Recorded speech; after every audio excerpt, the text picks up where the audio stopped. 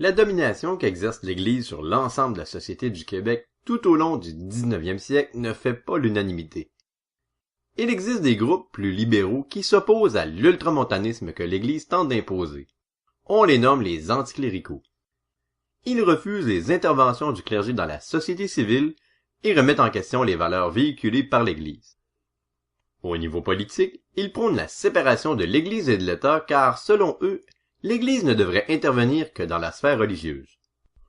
C'est essentiellement après 1840 que ce mouvement de pensée se manifeste dans la colonie.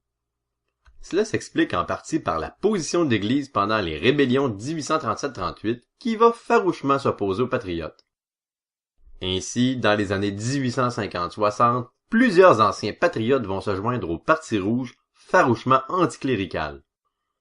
Un autre lieu de contestation du pouvoir de l'Église, c'est l'Institut canadien. Fondé à Montréal en 1844, on y milite pour la liberté de pensée et de conscience. On y discute à travers des conférences de toutes sortes de sujets comme par exemple de sciences, de politique, de philosophie ou encore de littérature. Cependant, l'Institut canadien est surtout connu pour sa bibliothèque.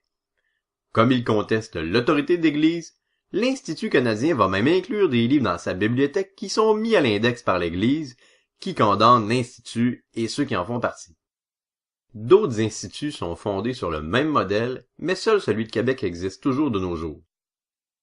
En plus de l'Institut canadien, les anticléricaux vont diffuser leurs idées dans des journaux comme l'Avenir qu'ils vont publier au milieu du 19e siècle.